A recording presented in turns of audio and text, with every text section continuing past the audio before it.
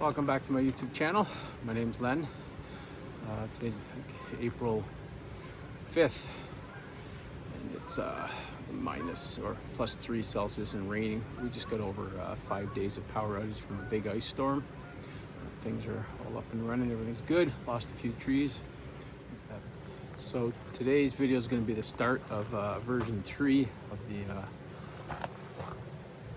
Jeep Gladiator Fiberglass Camper that I built. I'll show you the differences or why I made some changes from version 2. Sorry about some of the background noise. It's our waterfalls. Our small creek is quite swollen right now from all the rain we've had and the snow melt, so it might be a little bit background noise. One of the things with version number 2 was the sidewalls followed the contour of the Jeep cap, which actually when you then sat inside the camper, it went in about 3 inches at the top, so you sort of like had to hunch over to sit in it. So in this version I made it more perpendicular to the cab, or so you gain that space back up top. It's a huge amount of space.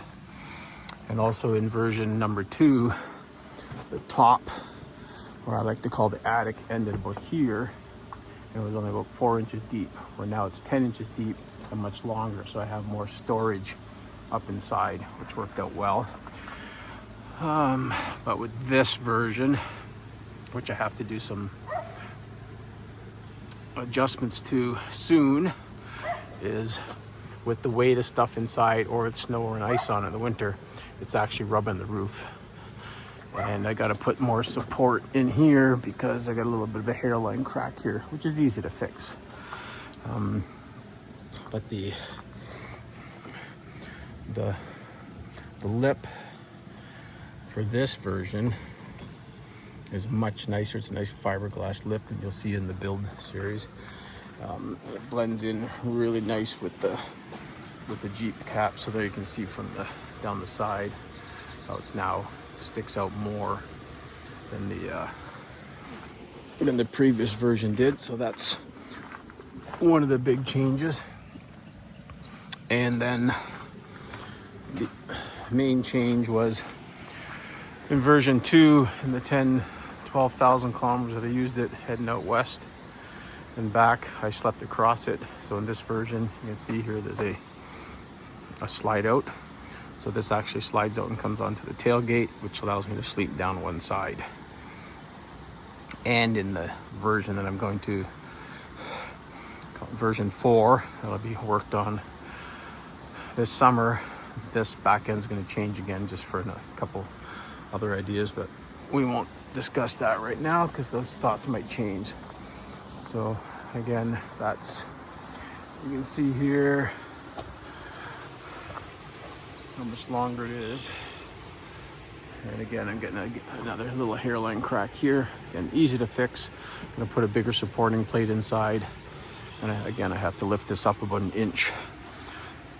And I have a roof rack that's going on, so everything's gonna blend in. So the first part in this series of building part 3 will be building how I built the frame rail. It's actually pretty simple to do.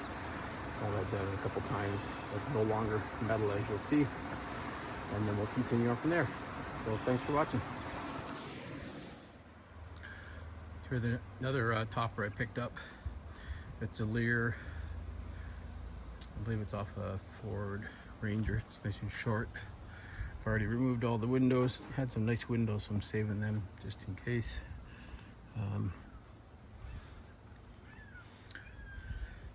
I really like the rail system is all molded. It's hard to see up under there. Let's see. It's all molded. Okay, so I've cut up the Lear Ford Ranger one.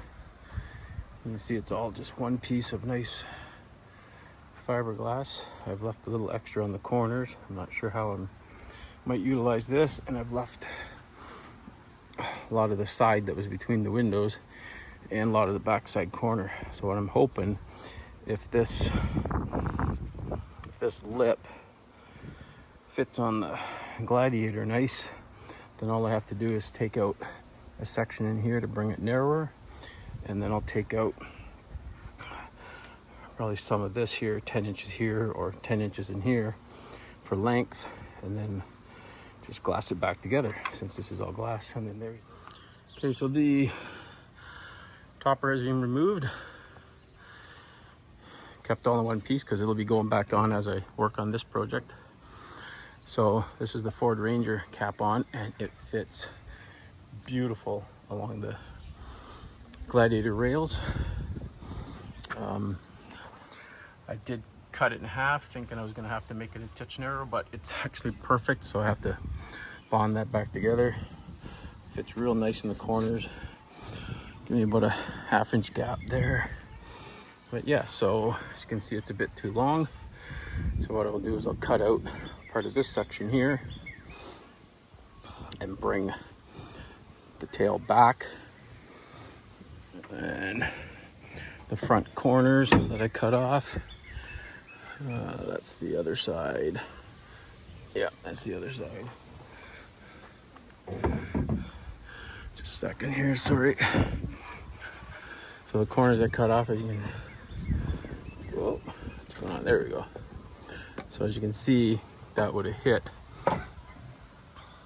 and it's not going to be tall enough. So what I'll do is I'll mold this into place exactly where I need it. So away we go. So I've got part of it on, and I gotta cut this last piece off.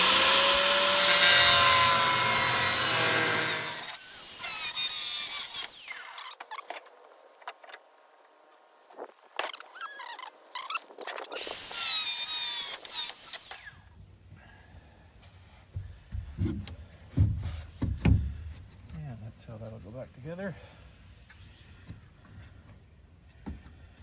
Screw that in. A little bit of grinding here and there, and that'll be perfect. Okay, so I've got that side cut. You can see it right about there. It's bolted into the previous holes I had. So it's lining up nicely with the body. So I use a plate with some self tappers. It's a little panel plate that'll hold it together, and then I'm going to do the body work. So I'm going to do this on all seams, center, and the other side. Then I'm going to do my fiberglass work. Okay, so now I'm going to bond these two pieces back together that I cut the 10 inches out of. So you can see here, got a whole bunch of little wee holes. So when I put my short strand in, so I'm going to put a big wad in here. You see there's tape down below to protect the factory rail. So I'm going to put a big wad in this gap, squish it together, bolt it down, clamp it, or put a plate on here, and then all these little holes help the resin adhere these two pieces together better. So there's that seam, some short strand. So what I'll do after this cures, I'll grind it out roughly, and then I'm going to put some chop mat and resin, and the resin will go into all these holes, and I'll drill more holes, and I'll get 2 or 3 layers of chop mat, probably blend it out a good 4 inches each way, then eventually do the side rail and the bottom. Okay, so now the short strand is cured nice and hard. I've ground that down with a flat disc. Again, all the pinholes screwed. Lots of little holes here, so when the chop mat goes on here and the resin will go through the holes and help bind. So it'll be chop mat on this side, chop mat on that side. There's a little bit of a step here, but that will eventually just be blended. Same with up here. So all this will eventually be hacked off. So on the same on the other side, that's all ready. So now I'm going to mix up some resin with a few pieces of chop mat. So I'll be using Proform. I like this product. It'll take for all the glasswork, resin and chop mat. And I also use 2-inch wide chop mat tape. I call it tape. It's already it's perfect size for the seams. And then the chop mat I've cut up into large pieces, medium and small, with a few extra of each. So now I'll mix up my resin and start applying these.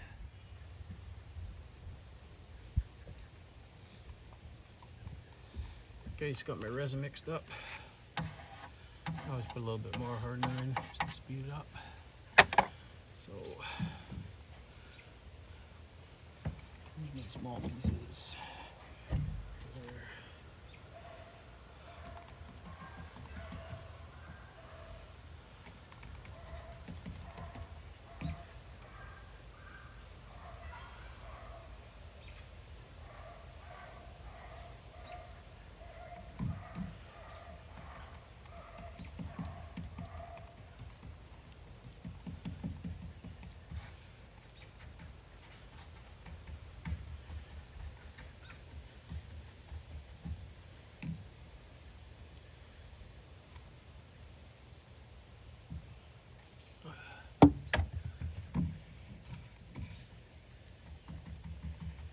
Notice I've got the plastic garbage bags taped so any drips are not getting on the fender like the last time I did this.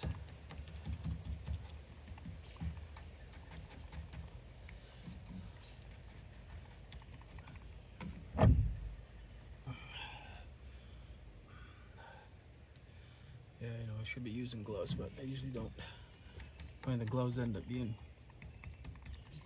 stuck together.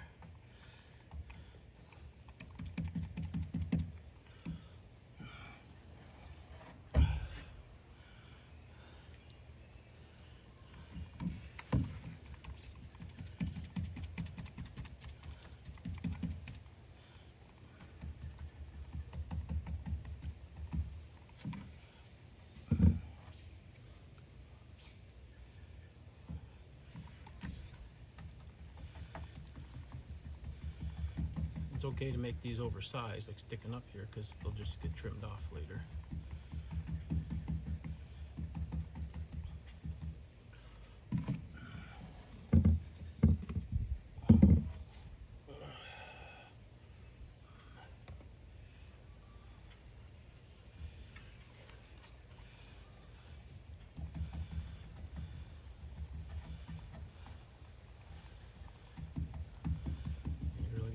Wet this out. The number one problem, people don't put enough resin on.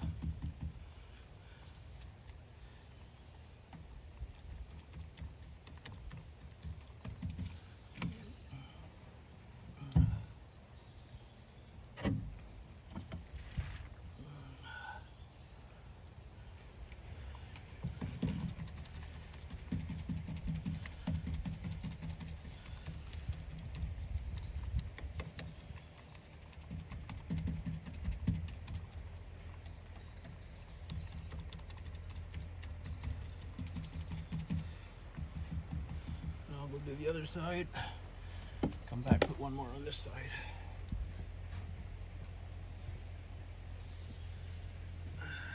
The same process over here. So the key to getting good glass adhesion or chop mat is wetting out a lot. You really got to get some good amount of resin on, and then you work it until you cannot see the texture of the chop mat. So here, so you can still see it, you just keep on working it until that is gone. So and that also makes it more flexible. The wetter it is in that 90-degree, the better it'll flex and not get air bubbles, and the more you work at it, the less air bubbles you get.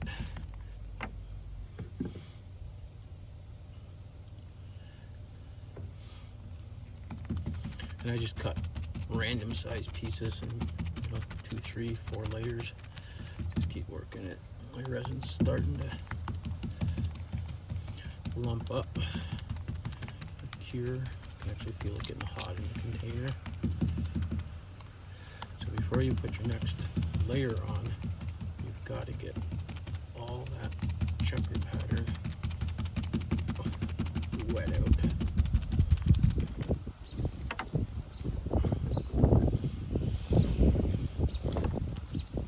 The wind is blowing and all of a sudden the resin's just going to start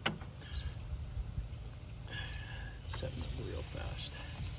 Gets to the point you can work it, and then all of a sudden it just, chemical reaction hits, and you've got nothing left to work with. So just slopping it on here. I've got about 2 more minutes working time, if that. So you can see here it's getting lumpy. So I'm just slopping this on. I'll grind some of this down later and probably put on another 1 or 2 large pieces, but I just want to get this worked in. Nothing ever looks pretty in the beginning. Oh, and there you can see how it lumped up real quick on me. So that's done. I can still work this in a bit.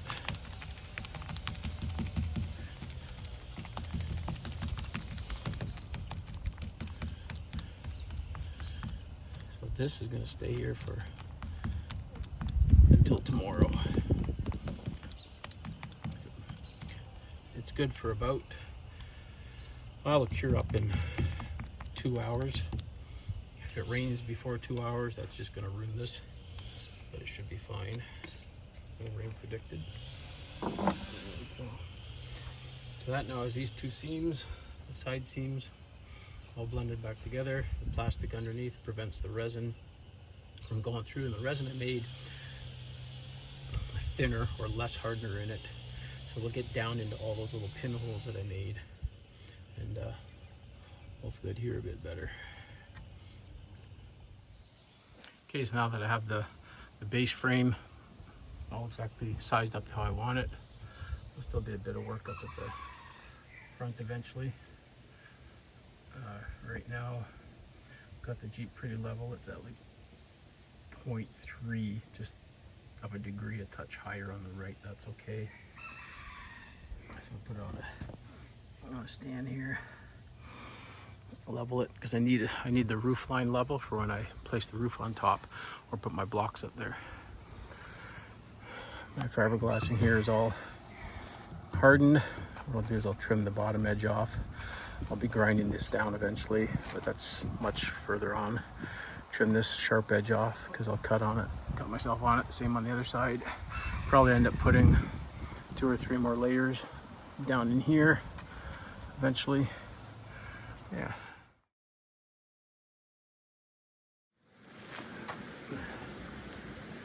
So thanks for watching part 1 of version 3 of the Jeep Gladiator Fiberglass do-it-yourself camper, topper, cap, whatever you like to call it.